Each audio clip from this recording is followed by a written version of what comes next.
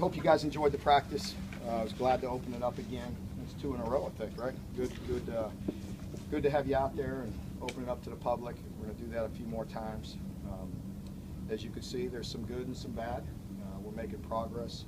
I think defensively we're a little bit ahead right now. We're throwing a lot at them, and you can see we're confusing the quarterback a little bit. Need to continue to clean it up, have some guys step up and make plays on the football when we have opportunities. So, we're getting there. We're improving. Still have a long way to go. Mark, just to clarify, were Drew and Patrick getting more reps today because it was just their day? It's their day. Yeah, their day. Yeah, their day in the rotation. Chris, the guys in second that made breaks on the ball. They did. They did a nice job. Made some good plays. Some of it was poor decisions by the offense. Throwing in, we're rolling some things, and they were throwing in some hard corners, some areas where they probably shouldn't have went with the football. But some of it were some good breaks, and we're improving, I think, in that area. You're working with Kendall Rudolph a lot. What does he need? What does he need to learn to be able to get on the field early? He's one of those guys that you could tell right away that he comes from a great program in North Florida, and he's been well coached, and he's physical and he has good instincts. So you could tell probably just by being there 2 days that he fits in out there. He's not a finished product like many of our guys, but I anticipate he'll get some playing time. How do you look at a guy and decide he's right for that nickel job? Because you've talked about, talk about how complicated maybe it is to do that. It's a unique position. It's difficult because if you get into some man situations, you're on a very good wide receiver with a lot of space. You have to be able to blitz. There's little nuances to different coverages with that position. So there's a lot to it, but it's important, and it was important for us to develop another guy there, and then that gives us flexibilities to do some things with Blake possibly as well, if he could step up. Just gives us some different options. From a season ago, it struck me that there just seemed to be a lot more voices out there maybe than there were before. Maybe last season it seemed like there was a lot of coaches talking. Yeah, a lot going on out there, huh? Is that something you've been stressing to them? Well, it is, and you were, probably last year we weren't at a point where we could open it up where you could totally see. That was just a normal practice for us for the most part right there. And last year you probably saw some abbreviated ones in only parts of it. But I do think it comes with experience, the communication, the confidence of them talking and communicating and giving different looks and things like that. Mark, you talked a lot about greater accountability. What do you see out there in these practices that shows you that that's happening? Well, I think just the way we respond. Maybe the offense is not doing some good things. They come back and make a few plays and bounce back. Defensively, the same thing. Just to stay to the grind. Just keep on pushing and never accept being average. Our guys are pushing to get better. We're not there. We still. It's frustrating at times to be so young in certain spots again.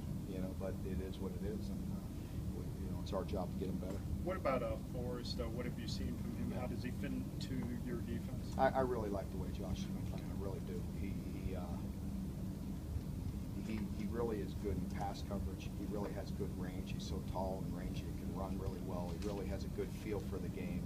He needs to be more physical at times, and for the most part, he's been right on with all his assignments and things like that. So he's growing, and I think he's going to be a really good player. Cody Quinn's a guy you spent some time talking to today, and one of the girls in particular. How's his progression? He's doing okay. We're working on some things with Cody. He likes to get up there real tight and working at some different techniques. And it was the first day. He struggled with it a little bit, but he'll be fine. He's getting better. One thing about Cody is he really he's aggressive. He's an aggressive player. He's a little on the short side, but he plays very feisty, and he's aggressive. Mark, speaking of cornerbacks, what was your analysis of J.D. Hunter? J.D. had a nice day, it looked like to me. He got his hands on the football several times, and you could see he brings us a little bit of size that we need at that position. What about Garrett Johnson? I noticed he didn't practice. Yeah, it was Saturday. You may have saw him. You guys were out there, but he just caught a ball and hurt his finger. He should be back, I would hope, in a couple of days here. Mark, you're young, but you've got a lot of guys who were forced to play last year, especially D-backs. How is that coming to help you now? I think the D-backs, you could see them growing a little bit, because even though they were inexperienced, some of them were at least a little bit older. They weren't just true freshmen other than Blake. And you can see them starting to get better and grow right now. You like Blake? Find what he's been able to do? Absolutely. Blake has been, just like always, very consistent and very versatile. We're moving him around. He gives us the option to possibly play him some at safety if Kendall could take the nickel position. So we'll just keep on looking at options to get the best 11 on the field. Coach, I think you had 3 plays, like 4 or 5 with the defensive line, batted the ball down the line of scrimmage. What does that add to your defense? Yeah, big emphasis for us this year.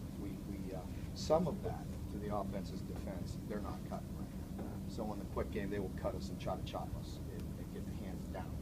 But regardless, we need to continue to work on that, on the quick game, getting our hands up and disrupting the quarterback a little bit. You've talked so much about a culture change this offseason. Can you think of any kind of tangible ways that you've seen the culture shift just in the last year? Well, I don't know. It's hard to define that in any one sentence. I think that we've grown in a lot of areas. And, I've talked about that. It's no mystery. I think, just with the leadership and guys taking ownership of this team and pushing and taking some of that leadership just strictly from the coaches and putting it on the players and having them have accountability in the program. And it's showing. We're getting there. You can just see the enthusiasm of practice, and guys are stepping up and leading, and we're growing. Mark, you mentioned Last J.D. one. Harmon, and he said, that what he went through last year has he's taken it on himself to tell some of the young guys to take care of their grades, that sort of thing. Is that an example of the things you want to see? Absolutely. And there's been several guys in our program like that they're seeing the things we're teaching, and they're starting to realize that, hey, if we just do things right, it's not so bad. And if you don't do things right, you're not going to be here, and you're not going to last, and we're not going to be successful. So they're getting it. Okay, folks, thank you very All right, much. thank Bring you. Coach